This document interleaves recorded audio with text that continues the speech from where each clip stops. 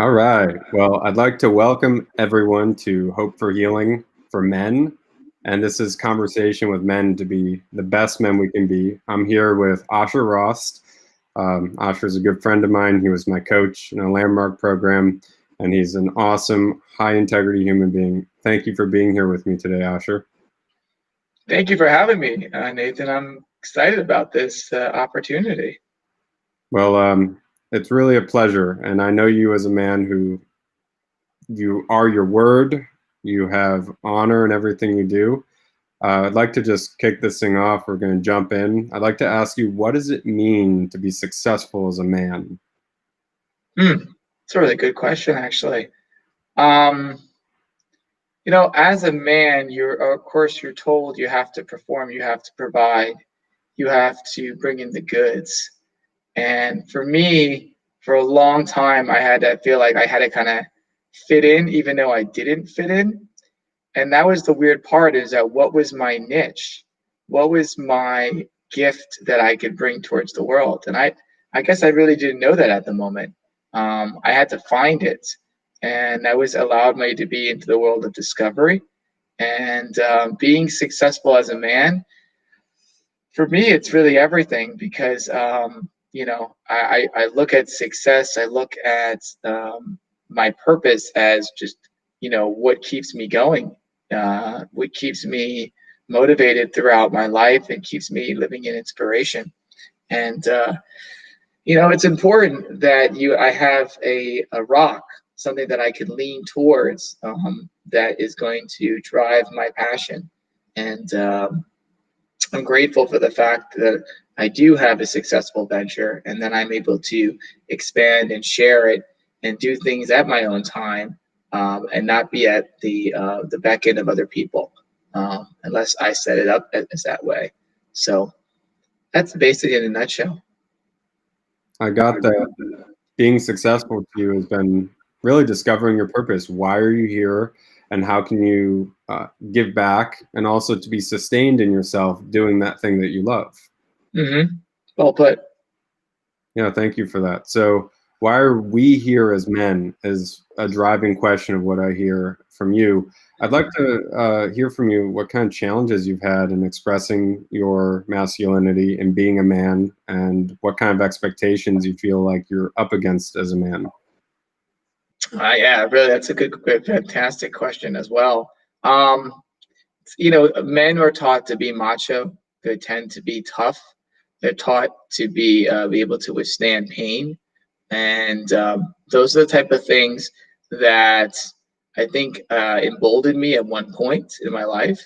And then at another point, I realized that I was not able to connect with people at the level that I wanted to. So I'm going to rewind here a little bit. So yeah, growing up, where going to school, I remember that I think I had trouble fitting in as myself, being a man in school, because I was looked at as someone that might have been weaker, smaller than other people, and that therefore I couldn't carry myself or maintained, level of self-respect, or remain respect from other people because of my stature.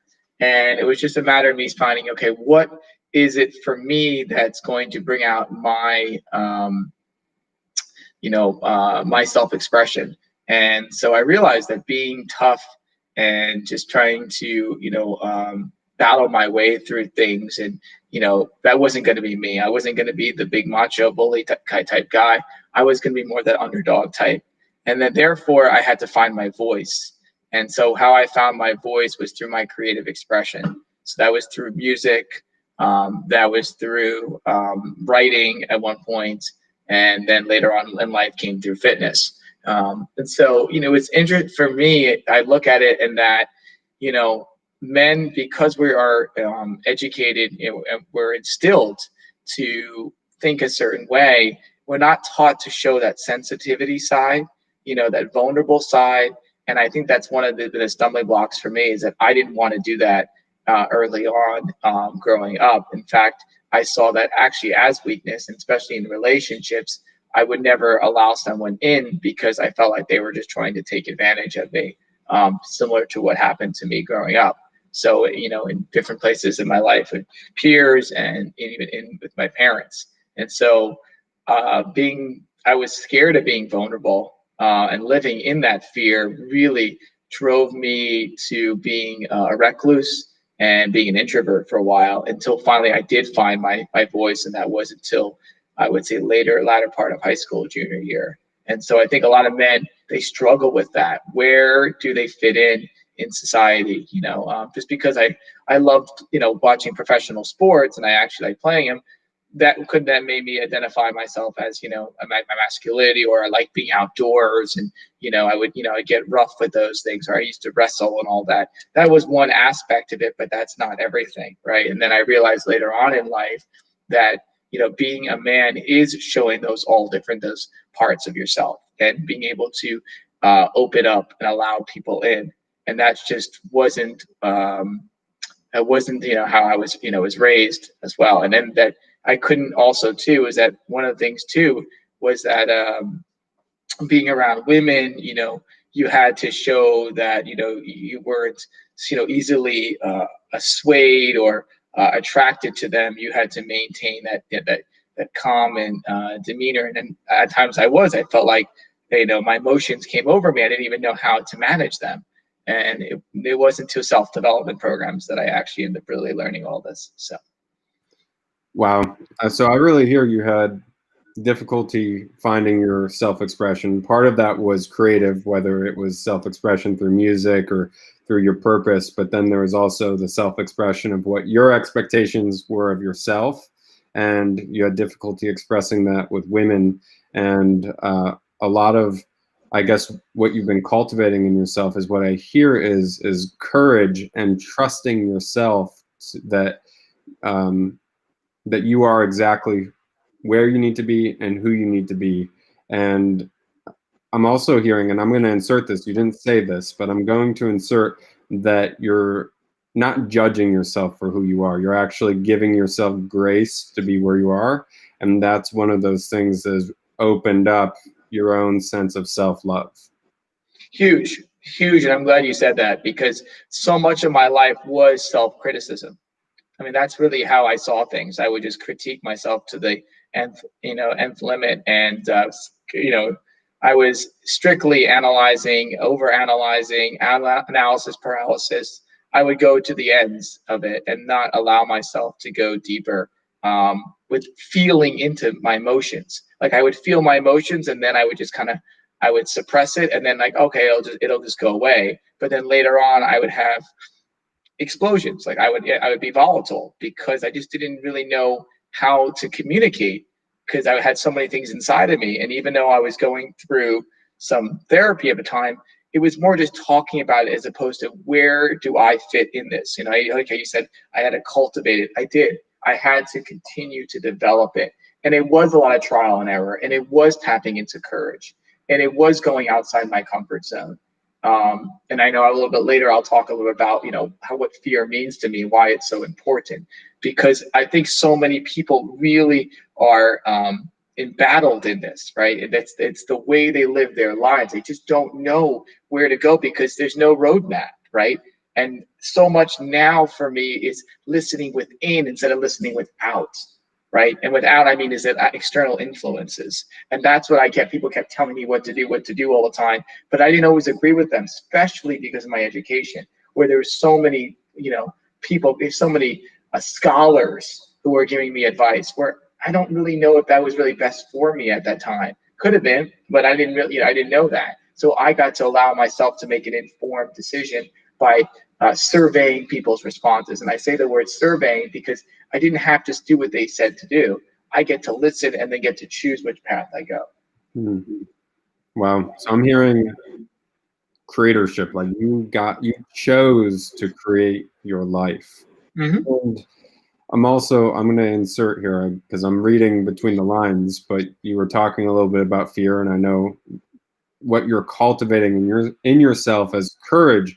How much of, would you say, confronting fear has determined your path as a man and matured you in your masculinity?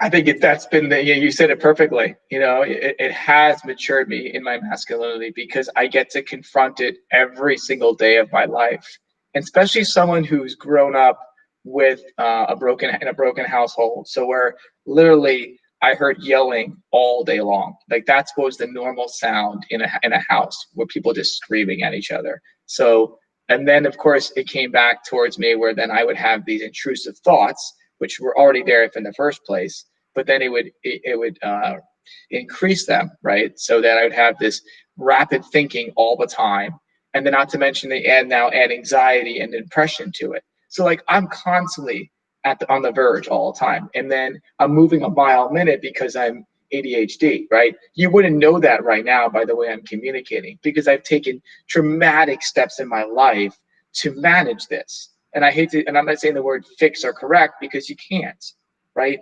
That's part of who I am as a person, right? And so at one point there was a time where they said, well, I self-diagnosed myself, as weird as that may sound, to be able to have something to lower that depression and that anxiety, but then it didn't work because it didn't allow me to be my full self, right? So that was a huge part of it, is that I had to tap into my courage because even though I could depend upon other people, when I did that, if they would not follow through and they would rescind, any offer they made to me or their, assistance, then I was on my own.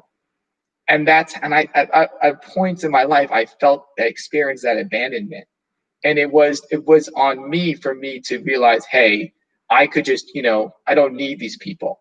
But I didn't know at the time. I kind of, again, that's part of that trial and error thing. How far can I take and how far, you know, can I go with this? How much of your fear would you say was expectation based, either your expectations of yourself, of who you thought you had to be as a man, or what you thought other people's expectations were on you, and trying to live into that sort of approval? That's a good question. I think expectations of people, how people see me, for sure. There was at one point where like, oh, you have like such a gifted mind. You should go into this. My dad's like, oh, you should go in to become an attorney. You do a great job at debating people, or maybe you'd be more of a scholar. Everyone wanted to write their own path for me. Just because of who I am and how much I applied myself. I think that's a big thing that I recognize now. I have a tremendous work ethic, and that work ethic comes from my upbringing, right? So that's when later on, after I didn't hear the voice of my father, my mother in my head anymore, or my teachers, it was on me now. Then I had these high expectations of myself because I didn't feel like as a kid I was successful. I wasn't popular, right? I wasn't athletic. I didn't have those other things that other people did. I had to find my own way around it.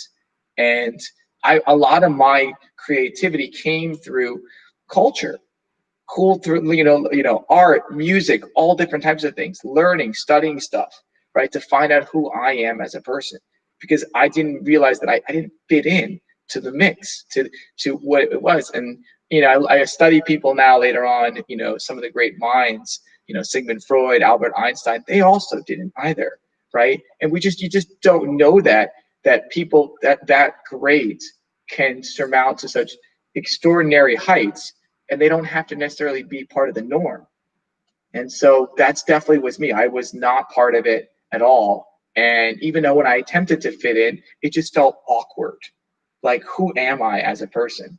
And so I'm grateful for that self-discovery that I did early on as a child, which then kept me an open-minded to self-development work, which I've been practicing for over 15 years. So it sounds like most of the pressure came from you, by you, because you felt like you weren't good enough. So you had to rise to some sort of absurd expectation so you could be good enough. But did you ever find a level of success that made you worthy of being good enough? No. That's the point, and that's what happens all the time. I recall early on, I think it was first or second grade, not making the baseball team, and then not being able to play on that team with everyone else who I was in school with. It was the same classmates were all on the same baseball team, and then I ended up playing on the competing team, and we both went to the championship. And then the championship, the team I played with lost to the team that I was in school with my classmates. Wow. I mean, just a spinning example, right? Like I was always an outsider and I felt like an outcast. And then here it is. Here's the evidence for it. So first it was expectations of other people on me. And then later on, I was maybe I would say, grade school, second, third grade and on, it became, I was on myself. I have to achieve. I have to prove other people that I can do it. And I think it wasn't more just proving to them, it was proving to myself. And who am I? Mm-hmm. So, Asha, I want to flip out of the negative side of being a man. I want to talk a little bit about fulfillment and purpose. Sure. What would you say it takes to be fulfilled as a man, to find happiness and purpose? The first thing that comes to my mind is self-love. You have to love everything about yourself. I'm going to say that again. You have to love everything about yourself, because if you don't, then you're going to find some way to criticize yourself. So if that doesn't resonate with you, self-love, then it's self-acceptance. So learning to accept everything about yourself, your quirks, your flaws, your height, your looks, it doesn't matter, your body image, it doesn't matter what it is, everything. And then through that, practice gratitude. I like that. Gratitude attitude. It's just the way it works. This is years of studying, but it's just, the ancients cultures really did have it well. They got to be grateful for what you have. And inside of that, that's when you get to allow yourself to create more. The universe won't just give it to you naturally. You have to be grateful first for what you have. And then it's where you get to choose to. You don't have to at all. But then you will never experience what real fulfillment is. And then you'll always be reaching for something. Was there ever a moment in your life where things were really difficult and you actually shifted the whole thing for you? Yeah. One of my lowest points in my life where everything just started falling apart at 24 years old. So I had an early life crisis, which was definitely a momentous experience in my life, because it was, I would say, life-changing. It transformed who I am from where I was then to where I am now. I remember just reaching out to a group of people and just being so grateful for their support, being able to listen to me and provide coaching and guidance. I was just so grateful for them, and then also too, it was grateful to my mother at one point for just allowing me to come back in, even though we had a rough patch for many years. So it wasn't immediate, because there was still harboring a lot of anger towards her. But once I was able to ease that, then we're able to, forgive, because that's a big part. Forgiveness. That allowed me to access gratitude, real gratitude. What is forgiveness to you? In that context, what was forgiveness? Wow. Forgiveness, I would say, is acknowledging what happened, whatever the turn of events may have been, right? Emotions that are felt or so on, and learning to let go of the decision you made, or decision someone else made, or reaction. Just letting go of that. You can be you're being mindful of it, but you're not feeling that charge, around it. You're not wanting to feel that you have to spite them, you have to hurt them, right? Internally, you let go of the grudge that you hold. Got it. You can't be vengeful and be forgiving. It doesn't work, right? So when forgiveness is really just I let go. I'm not going to hold any anger towards you, any resentment, any animosity, any pain. And you're not really forgiving them. You're really more forgiving yourself. Wow.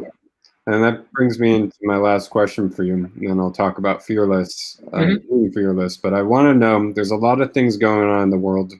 What do you think men can be responsible for inside of what's happening in the world that we can make the world a better place?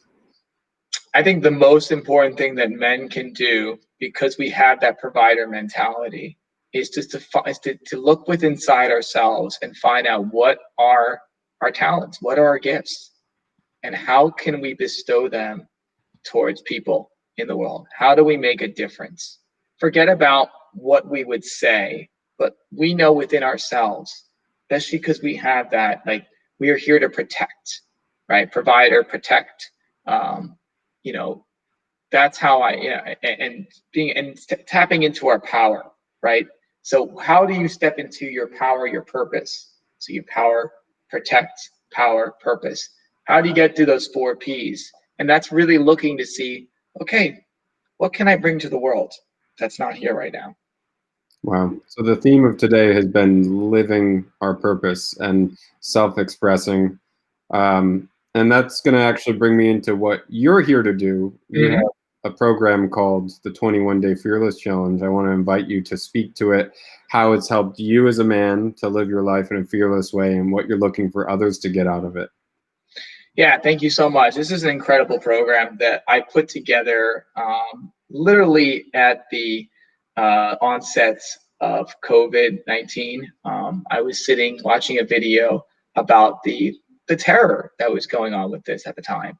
And I remember, being up late at night around 2 a.m. and I was like, I can't watch this anymore. That this is unspeakable, right? Like, it looks like doomsday. And I remember just like looking up towards my ceiling, and I was like, there's got to be something I can do about this. Like, I've been so blessed and talented with, and given so much, knowledge. And what came to me was fear. The first thing I kept seeing everyone was dealing with was fear. It was fear on television, fear in social media, fear in people's in conversations. It was everywhere. And I'm like, what if we could, conquer, defy that fear? And what came to me was this fearless challenge. And then I spent the next 2 weeks coming up with 21 days, similar to the 21 day abundance challenge that Deepak Chopra did, to, for people to access abundance, right? In that challenge where you're doing these different assignments. I came up with 21 different assignments you could do each day to conquer your fear. And it was more of an exploration in the beginning, and then later on, really digging deep into it. Now, inside of fear also came limiting beliefs, because you could be fearful of something, as in the beginning, but then if you have a limiting belief about it, or a self-fulfilling prophecy, it doesn't matter how fearful you are, you won't be able to get past it, because you always believe that something else is going to happen negatively. So I had people identify their top fears and top limiting beliefs, and I created this program, and it was amazing, because the pilot program had 3 graduates, including myself, would be 4, and we had tremendous breakthroughs. One woman was on the verge of breaking up with her boyfriend, is now engaged to him. Another woman who did the program was harboring lots of anger, and rightfully so, towards her father for abuse, and then also to the pain of losing her ex-husband who passed away.